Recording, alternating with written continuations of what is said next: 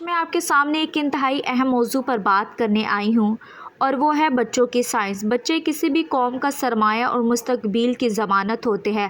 اگر ہم ان کی صحیح تربیت اور نشو و نما پر توجہ دیں تو ہمارا کل روشن ہوگا۔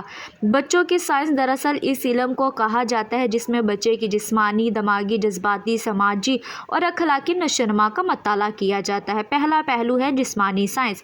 بچہ بچپن ہی سے بڑھنے اور سیکھنے کے عمل میں ہوتا ہے۔ اچھی غذا، خوراک اور صحت مند ماحول اس کے جسم کو مضبوط اور تندرست بناتا ہے۔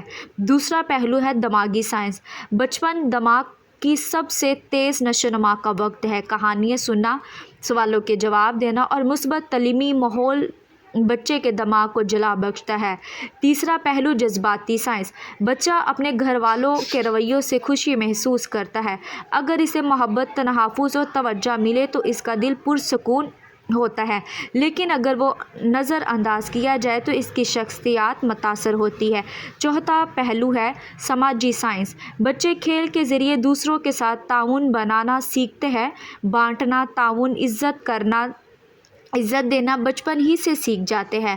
پانچواں پہلو ہے اخلاقی سائنس۔ بچے اپنے والدین، اساتذہ اور ماحول سے صحیح اور غلط کی پہچان کرنا سیکھتے ہیں۔ اچھی تربیت انہیں سچ بولنے والا، مددگار اور نیک انسان بناتی ہے۔ ماں باپ سے التماس ہے، گزارش ہے،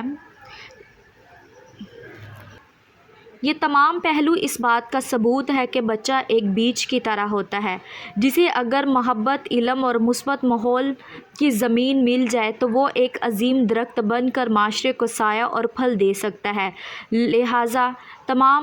لہٰذا ہماری ذمہ داری ہے کہ ہم اپنے بچوں کی بہترین تربیت، صحت مند ماحول اور محبت